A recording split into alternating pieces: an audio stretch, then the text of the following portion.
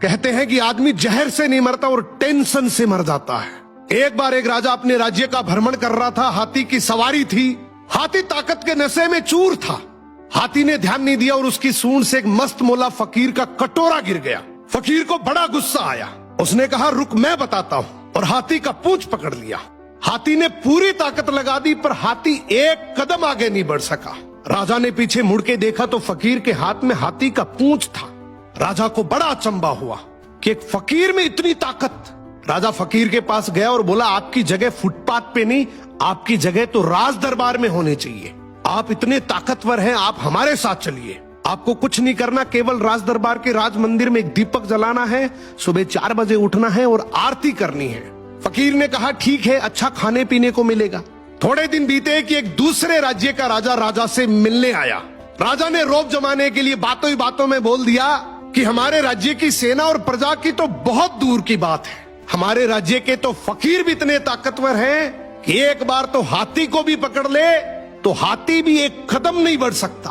दूसरे राज्य के राजा ने बोला, भी हमें तो दिखाओ तब माने। राजा ने फकीर को बुलाया और कहा, नाक का सवाल है, ध्यान रखना। फकीर ने कहा, ठीक है, हाथी को बुलाओ।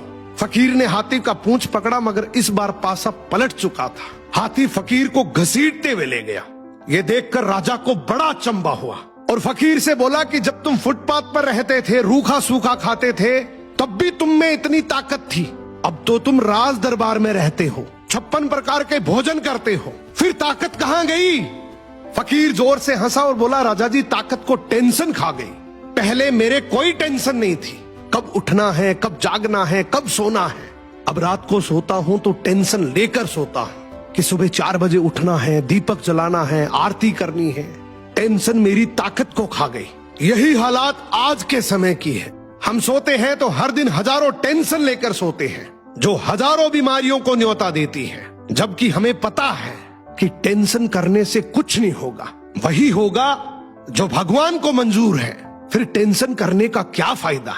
सो मेहनत पे भरोसा रखो, टेंशन करने से कोई फायदा नहीं है। टेंशन आदमी का शरीर दीमक की तरह खा जाती है।